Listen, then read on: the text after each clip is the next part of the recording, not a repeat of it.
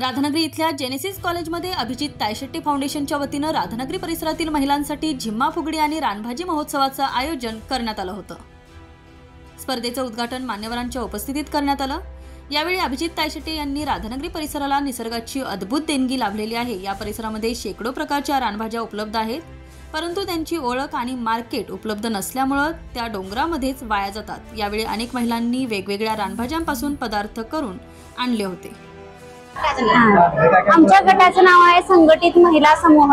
आम्ही कुडत्री गावातून आलोय।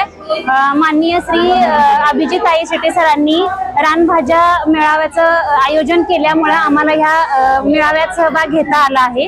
यामध्ये आम्ही जवळजवळ 60 प्रकारच्या रानभाज्या आणलेल्या असून त्याच्यामध्ये जवळजवळ 25 प्रकारचे पदार्थ बनवलेले आहेत। त्याच्यामध्ये पपईच्या बर्फ्या, आळू वड्या, त्याच्यानंतर केळीच्या मोक्याची भाजी, पात्रीची भाजी, चवळीची भाजी, काकडीच्या भजी, त्याच्यानंतर पपईची घाऱ्या, आळूचं गरगट। हे म्हणजे आपला भारत देश हा कृषी प्रधान देश आहे। त्याच्यामध्ये कसं शेती हा प्रमुख व्यवसाय असल्यामुळे शेतीला प्राधान्य दिलं आहे।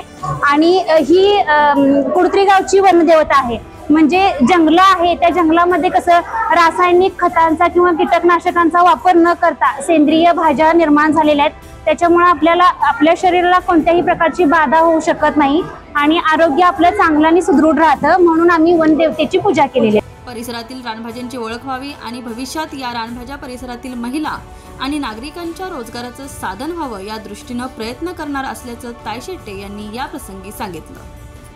जिल्हा परिषद मतदारसंघ किंवा आपला जो परिसर आहे, या परिसरामध्ये 25 वर्षापूर्वीची जर परिस्थिती बघितली तर बऱ्याचशा ठिकाणी माध्यमिक शाळा देखील आपल्या परिसरामध्ये नव्हत्या।